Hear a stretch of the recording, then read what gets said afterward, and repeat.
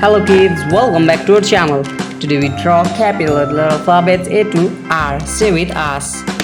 A, B, C, D, E, F. The next one is G, H, I, J, K, L. The next one is M, N, O, P, Q, R.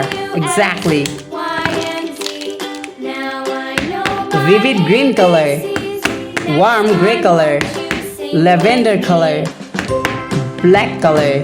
Kids, the next one is pastel pink color, coral red color. Stay with us.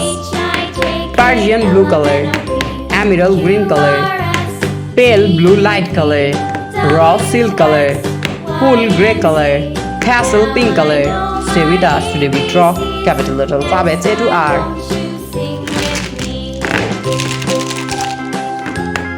First we are using the color of black, and now we're writing capital letter alphabets A.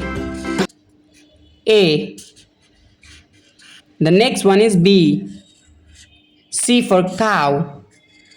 D. Kids, now we're writing the alphabet of E. And the next one is F. F for fish, F for fan. The next one is G. H. H for hand. I.